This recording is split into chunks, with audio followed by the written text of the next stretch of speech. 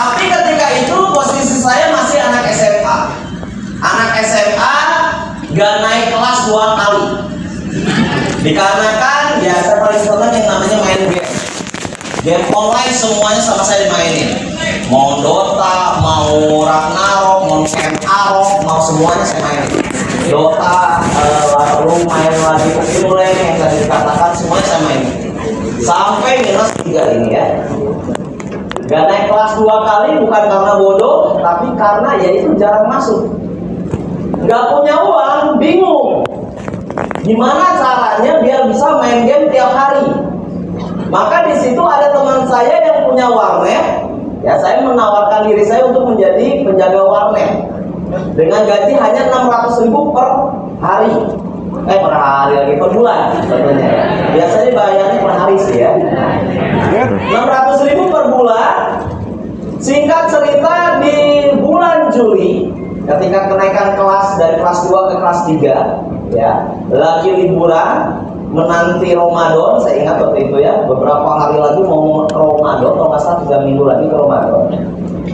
Upline saya ini menawarkan saya bisnis. Ketika itu dia berkata adalah, bro, sampai kapan kita hidup di dunia yang tidak nyata?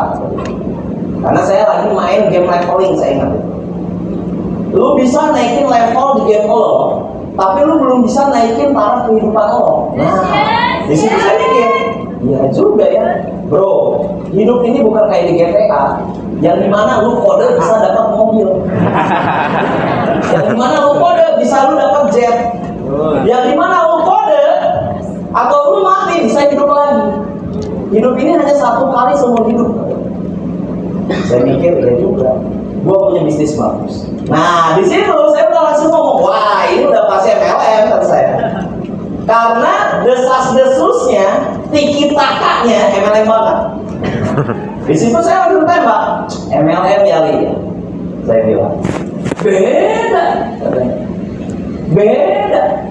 Nggak sama kuda ya beda. Bedanya emangnya kayak gimana? Nah ini bedanya. Wah, gua lagi jaga, nanti aja dulu aku mau nawarin MLM. Udah lu dengerin, gua gak minta lu gabung. Gua mau minta pendapat lo kayak gimana MLM yang lu tahu. Gua soalnya beda, gua juga bukan orang yang bodoh jalanin MLM yang gak ngasilin. Nah di situ logika make sense di dalam pikiran saya juga. Nah di situ saya tanya dan dia tawarkan dan jelaskan 5 pilar. 5 pilar dijelaskan, lalu ditawarkan lagi dijelaskan. Kan siap? Siap. Jadi perjuangan saya selama 10 tahun ini nggak mulus. Seperti roller coaster, naik turun, naik turun, naik turun. Nah, singkat cerita dijelaskan bisnis ini, ditanya modal, nggak ada, saya bilang. Gimana tertarik? Oh bagus. Yang saya kena adalah pembayarannya tiap hari. Saya lihat, setiap lu ciptakan omset, besok langsung dibayar. Nah ini make sense kata saya. Ini baru bisnis. Karena bisnis itu setiap transaksi lu harus dibayar. Kalau misalkan lu misalkan gini ya, menurut saya nggak, logikanya gini. Lu bisnis, tapi lu ditarget sama perusahaan dan lu mau dibayar gaji atau bonus, tapi ada syarat ketentuan berlaku. Sebenarnya itu apa ya? Marwah bisnisnya udah hilang. Sepengetahuan saya bisnis itu yang dimana produk keluar, keuntungan harus didapatin langsung. Nah itu baru bisnis di situ. Nah saya orang yang negatif dulu. Pokoknya teman-teman saya yang gabung MLM zaman dulu, yang konon katanya dapat kapal pesiar dan lain-lain, ya, saya negatifin dulu. Jadi saya orang negatif. Ditawarin bisnis ini, di situ saya mikir, oh iya ini beda. Dilihat lagi dan Ali ini nanya ke saya, gimana tertarik berapa paket? 7 saya bilang. Modalnya ada? Nggak ada saya bilang. Tapi ini bagus. Tapi ini benar yang lu bayar ya? Benar. Jaminannya apa? Gue jaminannya katanya. Kalau gue ciptain omset hari ini besok nggak dibayar, lu mau gantiin gue garansinya. Dahsyat, dari situ saya udah percaya ke dia. Oke, di situ saya pulang, saya ingat kalau saya ngomongin ke orang tua nggak akan mau. Yang namanya orang tua itu, apalagi ibu saya ini ditinggal sama bapak saya udah lama, cuma pedagang kue basah. Yang namanya orang tua ngedengar ada pengeluaran itu paling anti. Jangankan ngomongin tentang bisnis. bisnis untuk study tour SMA saya aja saya nggak dapat. Padahal study tour loh ya. Gak usah lah, udah ambillah jalan-jalannya. Karena ibu saya nggak ada uang. Nah saya udah paham. Wah kalau saya ngomong ya berarti salah juga, saya bilang. Ya udah dah. Karena saya pengen bisnis sendiri, saya udah cari sendiri. Pinjam sana, pinjam sini, nggak ada yang percaya. Karena masih anak SMA, nggak naik kelas 2 kali. Ya kan? Pinjam lagi sini nggak diterima. Pinjam di sana nggak dikasih. Belum apa-apa udah ditolak, ya kan? Nah di situ saya mikir. Nah pulang ke rumah saya masih mikir, saya apa lagi yang bisa saya korbanin. Nah di situ ada satu-satunya motor di rumah saya, motor. Jadi satu-satunya kendaraan di rumah saya itu motor itu. Motornya motor Satria S 2 tak, saya ingat. Digas sampai direm tanah kabur. Pepet goceng, wah, saya ingat. Motor itu saya pikir, wah ini kayaknya harus dikorbanin dulu. Langsung cari kitab sucinya saya. Kitab suci. Apa kitab suci? Barang padat yang bisa dicairkan itu BPKB, ya. Jadi kalau kata fisika barang padat itu nggak bisa dicairkan, ada sertifikat rumah sama BPKB. Di situ saya mikir, waduh ini gimana ini? Nah, saya ambil BPKB kan seperti itu ya. Memang ini saya dosa sih sebenarnya ya. Tapi akhirnya saya mengaku sih ya. Nah, ngambil BPKB lagi malam-malam di sepertiga malam. Seperti Ray Bahyan ya. Atau Ray Sembahyang. Nah, ngambil saya BPKB, langsung besoknya saya pergi ke BPR Kakek. Saya ingat kalau Anda orang Bandung ada di Luwipa yang namanya BPR Kakek Studi. Datang ke sana naik motor, bolos sekolah juga ya. Dengan niat hati gimana caranya biar bisa mencairkan dana tersebut.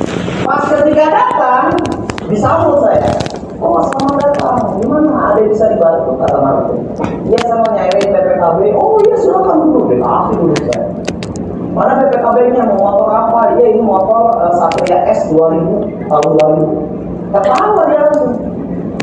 Dia bilang dia bilang. Kalau orang Bandung manggilnya A. Motor ini nggak bisa digade, di kilo aja.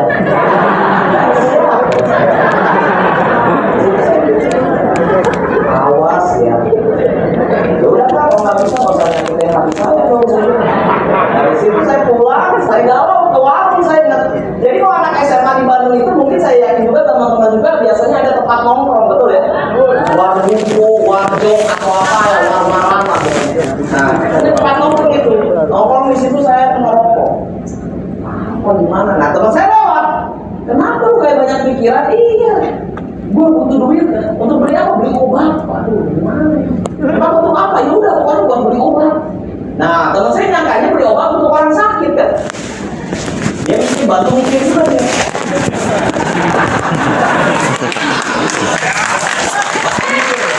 Nah, dari bantu mikir juga ya udah dia bilang, ya udah ini aja ke Tante Batak aja gue punya relasi. Kenapa ke Tante Batak? Batak banyak taktik. Oh gitu. Nah, ternyata rentenir ya kan. Pas datang saya bunganya berapa? 30% tiap bulan. Gila kata gue. Ini bukan minta darah, sanyo darah ya kan. Oh, gede banget. Di situ saya mikir gimana ini. Tante ini saya ini buat usaha pengen ngubah hidup tante. Karena mungkin tantenya lihat keyakinan saya dan lihat saya masih kecil dan ada keinginan ngubah hidup. Dan sedikit-sedikit menjual cerita sedih, ya kan? Orang Indonesia kan pasti menjual cerita sedih ya. Dikit saya kasih duit tante ini saya ini anak yatim tante bapak nggak ada. Makan juga tante cuma nasi. Tapi pas saya belah nasinya ada rendang. Nah di situ saya cerita ya tantenya iba mungkin. Ya udah deh, ini mah cuma untuk kamu. Tante nggak akan bunganya. Tante bantu kamu. Tapi komitmen dulu. Berapa bulan mau balikin ke tante? Emang ini cairnya berapa? 2 juta. Waduh, nggak masuk tante 2 juta. 3.500.000 saja deh. Saya ingat waktu itu. Ya udah, 3.500.000 benar ya. Kamu mau komitmen berapa bulan? 6 bulan. Enggak, nanti kamu terlalu santai. 3 bulan. Deal? Oke, deal. Udah. Deal di situ saya telepon. Saya ingat. Handphone saya LG Wah itu masih dikaretin kayak lotek. Karena kalau karetnya lepas itu LCD kedap-kedip. Iya itu zamannya. Itu seangkatan kayak handphone Asia Hidayah. HP-nya orang miskin. Mungkin Pak anak tahun 2003 nggak tahu Asia Hidayah ya. Maunya sinetron Hidayah mungkin ya. Nah dari situ, ya udah saya jalanin di sisi.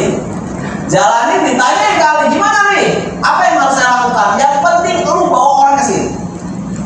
Just itu. Seriously, jujur. Oke. Just itu. Gimana? Gak ada home prospek gue. Ingat, waktu itu Pak Al-Hadad juga baru beli mobil Daihatsu teroris kalau nggak salah. Kalau nggak salah ya. Nah dari situ nggak ada home prospek di kios sama di warnet. Ya udah, gimana pokoknya? Apa saya ini simple past tense, simple present tense orangnya.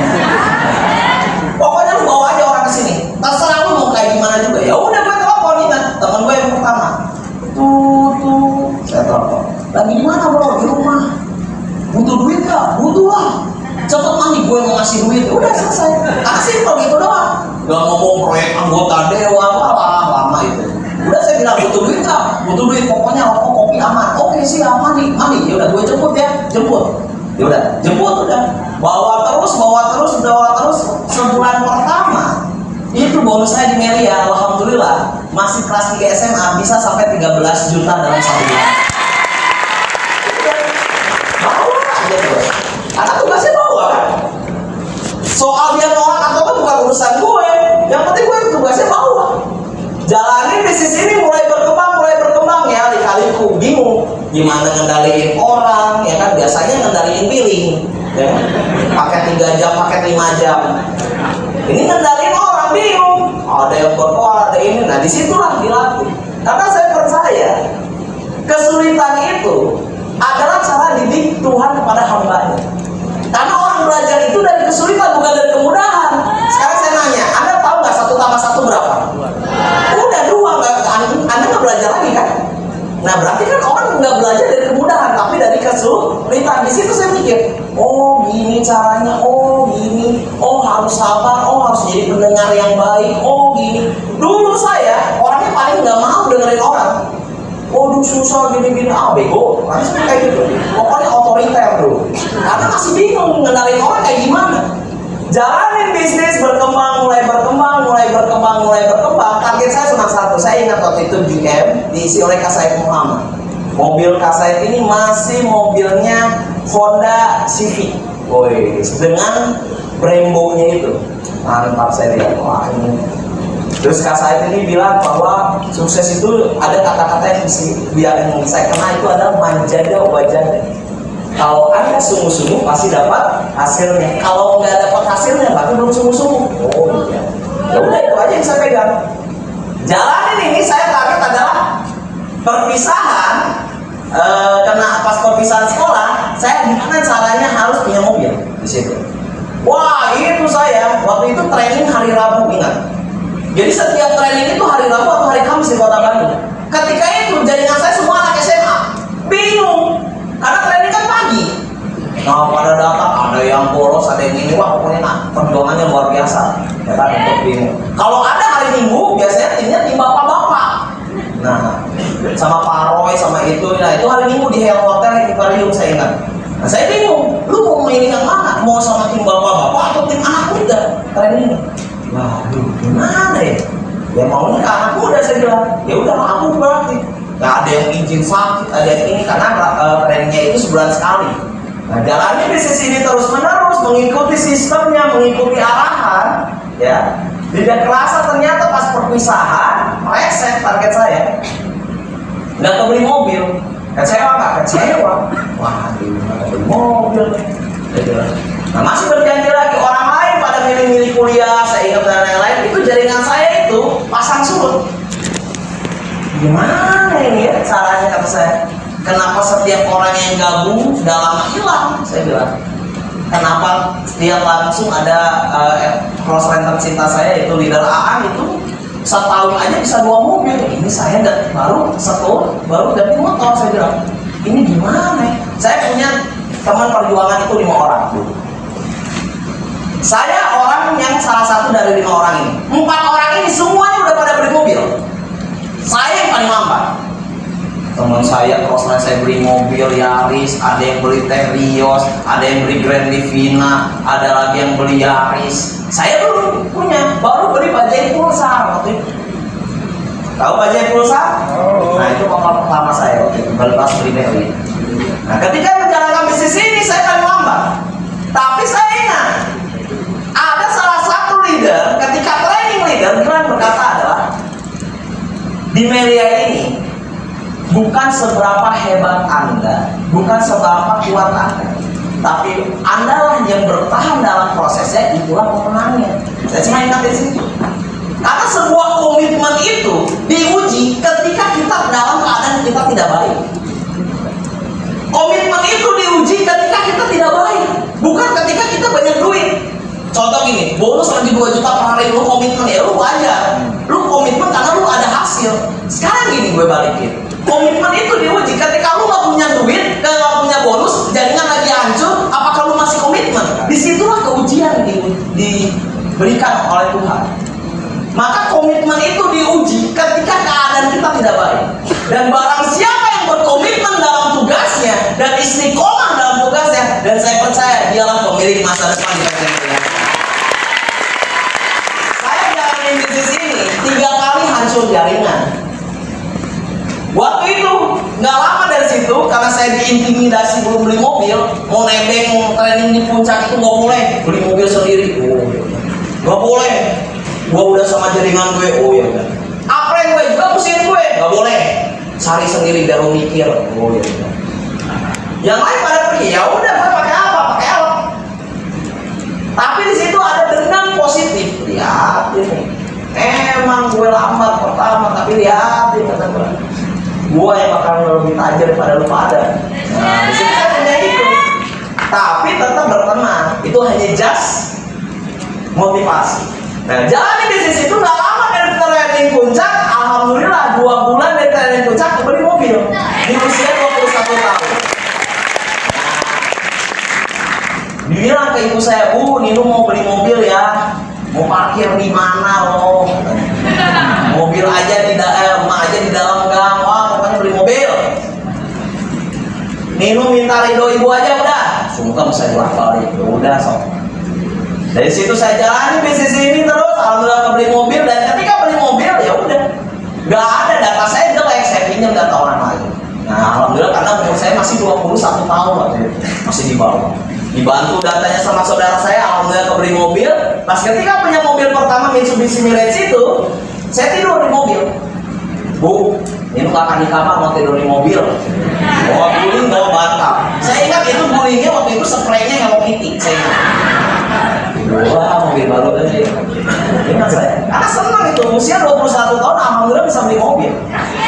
Kamu tahu nggak, aroma mobil baru itu beda. Oh beda, benar. Nah di situ lebih semangat lagi, jadiin kosan mobil saya. Wah, ya saatnya kita tempuh. Wah, jadiin kosan, jalanin lagi bisnis ini, jalanin lagi. Alhamdulillah, mobil ini apabila kita dipakai dengan benar dan dipakai kerja, alhamdulillah bisa meningkatkan penghasilan kita. Tapi kalau misalkan di media ada yang beli mobil cuma gaya-gayaan doang, itu mobil nggak akan lama pasti. Kalau dipergunakan dengan benar, pasti meningkatkan penghasilan Anda. Karena impian itu akan terwujud ketika Anda menjadikan impian menjadi kebutuhan Anda. Kenapa impian Anda belum terwujud? Karena itu belum menjadi kebutuhan. Nah itu yang saya pahami. Kenapa saya dari 5 orang ini saya yang paling lambat? Karena saya belum memprioritaskan mobil untuk diri saya. Saya masih berpikir saya masih bisa punya motor, tapi cuma gaya-gayaan impian itu jadinya. Biar terlihat hebat di dalam crossline. Padahal itu belum menjadi kebutuhan karena jaringan masih di kota Bandung Raya. Sedangkan crossline saya ini semuanya udah punya di luar kota. Jadi wajar, oh Tuhan itu memberikan impian kepada dirinya karena etos kerjanya jauh lebih besar daripada saya. Karena saya itu masih di kota. Nah, ketika saya beli mobil itu pas saya punya jaringan di Tasik, punya jaringan di Garut, punya jaringan di luar kota, saya naik motor kehujanan saya udah muak, saya naik motor kedinginan saya udah muak, dan disitulah impian saya menjadi prioritas. Coba kalau ada mobil pasti nggak akan hujan-hujan.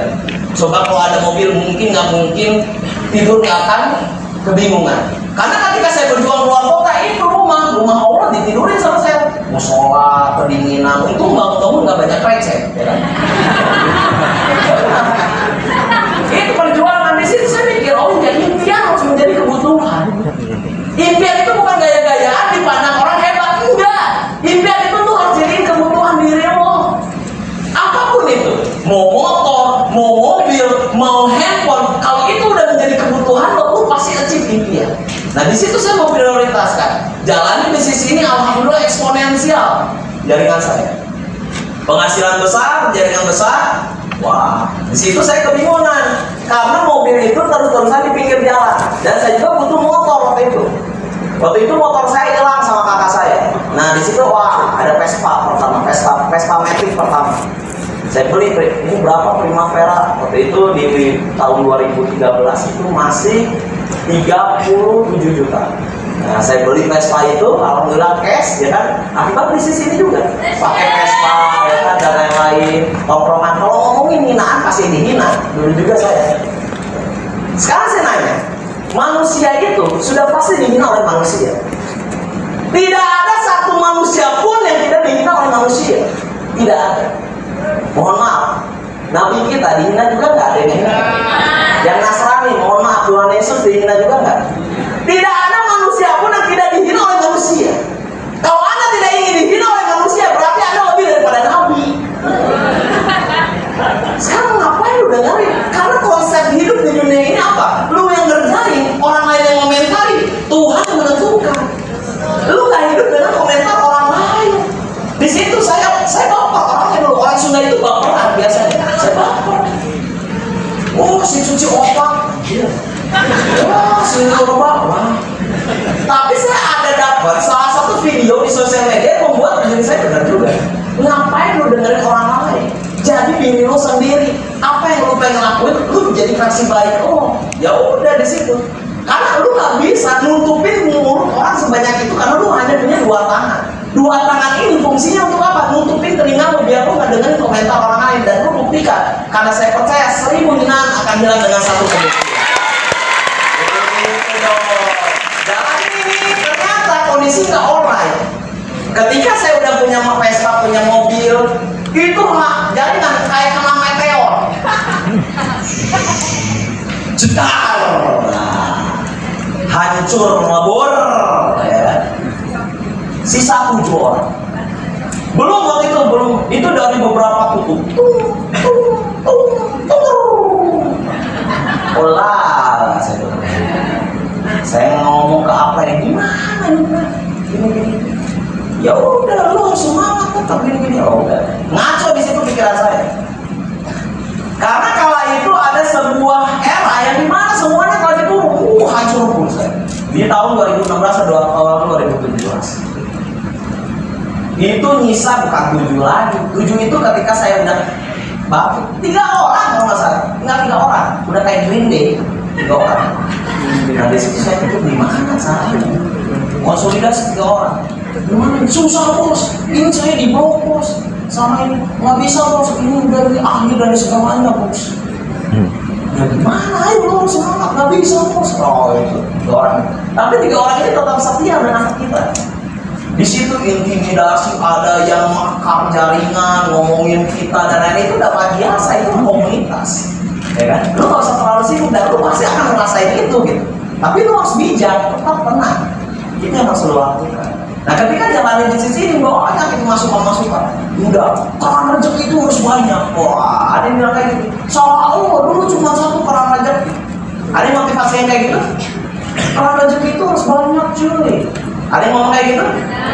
Nah saya percaya waktu itu motivasi seperti itu. Ternyata fokus orang itu hanya 1, nggak bisa 2. Saya pernah nge-grab 2016 dan saya bilang ke apren saya pernah proyek dan saya bilang ke top leader saya, Pak Alan, bos gimana yang jalan gue gitu, gue ada beban hidup juga, ada orang tua gue, ada adik gue yang harus gue kuliahin. Saya bilang, ya udah lu gimana, ya udah gue mau nge-grab sambil prospek orang. Ternyata itu adalah apa kata-kata berkedok motivasi ternyata. Gak bisa ternyata kayak gitu. Saya nge-grab, tawarin bisnis ini nggak mau kan. Di situ saya pernah waktu itu nganterin salah satu orang, ya kan, ibu-ibu itu gila belagu banget. Mas bukain, silakan ibu. Padahal dulu pas OPP dikeprok-keprok. Sekarang gue yang bukain, di situ nggak bisa gue direct langsung aku. Teman-teman saya, saya lagi nge-grab semua, selaka kalau nge-grab. Wah gue dihina, lu balik lagi Melia. Ngapain jalan Melia? Gini. Leader lu itu udah gak peduli sama lu dan lain-lain. Bodoh, kata gue. Cobain proyek, jual motor Vespa, jual mobil Mirage. Bayangin gobloknya gue kayak gitu. Yang gue udah banget selama ini gue jual untuk usaha lain. Ego. Dengan berharap gue bisa mendapatkan yang jauh lebih baik daripada Melia. Gue cobain proyek, masuk ke dalam ormas. Gue jadi anggota ormas apa? Untuk dapetin proyek tersebut. Ormas sekarang banyak di agent itu yang apa, markir, mabok dan lain-lain. Masuk di dalam itu. Tentara Rusia itu. Untuk proyek-proyek itu, tapi waktu baik-baik nggak seperti yang media sosial yang mungkin omongannya ada. Jalan bisnis itu dan gue pikirin, wah gue salah. Kata mula, Roslan tercinta, mentor terbaik saya juga salah satunya yaitu PLCN Marhalim Simanungkalit dengan sama dia. Kamu kenapa jadi kucel? Rambut sekarang gondrong kayak singa penopok. Kalau kamu udah dihina tuh sama PLC. Waktu itu saya masih LR. Bang, kenapa enak gue? Gue ini butuh motivasi. Gak usah motivasi makhluk PKO ini. Kenapa lu? Gak ada bonus? Iya gak ada bonus, gimana sih bang? Biar punya bonus ini, ya udah jangan malas goblok. Cuma kayak gitu motivasi. Tapi gue mikir ya berarti gue yang malas. Yang salah tuh apa? Ketika rumah runtuh, lu jangan pindah ke rumah yang lain. Harusnya lu apa? Cari puing-puing yang bisa lu manfaatkan dan membangun rumah lu lagi. Di situ di situ baru saya. Oke, gue cari nih sekarang. Kalau gue nggak bisa sponsor, gue harus follow up member. Telepon member. Gimana bro? Apa kabar? Baik, aduh, apa saya udah makan juga. Gimana gini? Ya udah jalannya ketemu. Ada leader Han, ya kan? Han, balik lagi jalannya dia. Ngomongnya Han. Yang nah. Ayo Han, Abi, kayak kisahnya nggak mas? Nah jadi ngomongnya kayak gitu leader Han dulu. Ya sukses, dalam hati. Nanti ya sukses sama dia. Tapi gue ingat puing, oh ya, mutiara supaya aja gue bangun bener. Dari situ gimana caranya? Nyamas, prospek. Nah, leader Adam Solo yang bangkit dong, gini siap. Gue juga udah mau usaha iya, gue juga udah bangkrut. Di situ gue mikir, gobloknya gue, ngapain gue bertaruh di tempat lain? Ngapain gue bertaruh di tempat lain? Harusnya uang yang bertaruh di tempat lain itu jadi operasionalnya dia aja. Bayangin gue udah punya peluang, ngapain cari peluang? Banyak yang salah adalah dia sudah punya peluang, tapi dia mencari peluang yang lain. Karena ego. Dan dia keluarin uang. Gue keluarin uang, gue masarin. Gue cuma mikir, sama-sama masarin, kenapa gue harus bertaruh di tempat lain? Kenapa nggak bertaruh di sini aja? Dalam hati, nanti ya sukses sama dia. Tapi gue ingat puing, oh ya, mutiara supaya aja gue bangun bener. Dari situ gimana caranya? Nyamas, prospek.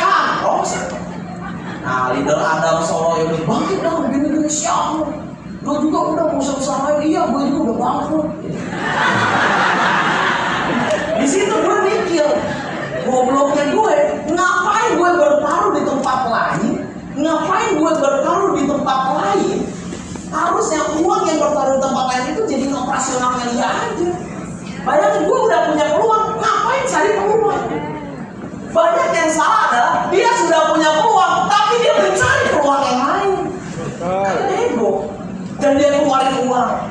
Gue keluarin uang, gue masarin. Gue cuma mikir, sama-sama masarin, kenapa gue harus bertaruh di tempat lain? Kenapa nggak bertaruh di sini aja? Dan modal usaha lain itu jadiin operasional gue untuk membangun tim yang baru di PT Media Sel Sejahtera. Karena bisnis dari situ saya paham, bisnis itu dua, kalau nggak naik ya turun, nggak ada lagi. Pak saya pengen bisnis stagnan terus Pak aman, nggak ada, gue yakin.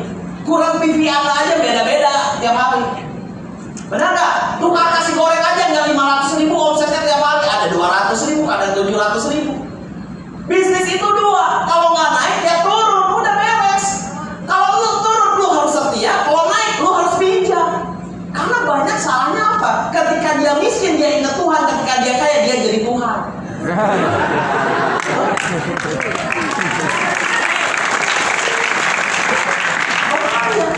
Gue orangnya bebel di situ ya. Jalanin di sini lagi, bangun lagi tim. Langsung si Han bawa leader Sasa, ingat saya masih SMA, futsal. Gimana paham nggak? Gimana paham nggak? Paham. Ya udah jalanin di sini, jalanin lagi proses terus menerus. Alhamdulillah, ya kan? Bangun lagi aset-aset. Beli tanah bisa alhamdulillah dengan ria, karena saya bijak ketika saya punya uang. Ini harus bijak, jangan lagi pakai dengan konsumtif dan lain-lain. Beliin tanah, beliin lagi rumah, jalanin lagi bisnis ini. Ketika turun kita harus tetap ada di bawah, bangun lagi, ada uang lagi, asetin lagi. Alhamdulillah jalani bisnis ini. Tadinya mau beli Pajero, tadi disuruh beli Pajero, nggak di ACC, nggak ada ini. Alhamdulillah Allah berkehendak lain. Alhamdulillah tepat kemarin bisa membeli sedan mewah yaitu Mazda 6S akibat teknologi. Tentunya teman-teman yang ingin saya tekankan adalah tetap berjuang. Hidup adalah roller coaster dan hidup tidak seindah dunia GTA. Maka Anda harus perjuangkan hidup ini satu-satunya. Anda harus setia dalam hidup ini. Karena komitmen diuji itu ketika keadaan kita tidak baik. Tidak ada orang profesional tanpa konsisten dan tidak ada sebuah kata yang bisa merubah konsisten. Konsisten ini adalah, di dalam konsisten ada keberuntungan, di dalam konsisten ada profesional, di dalam konsisten ada kesuksesan, dan di dalam konsisten hidup Anda berubah di PT Media Sel. Sekian dari saya, terima kasih. Kita serahkan kepada MC terbaik.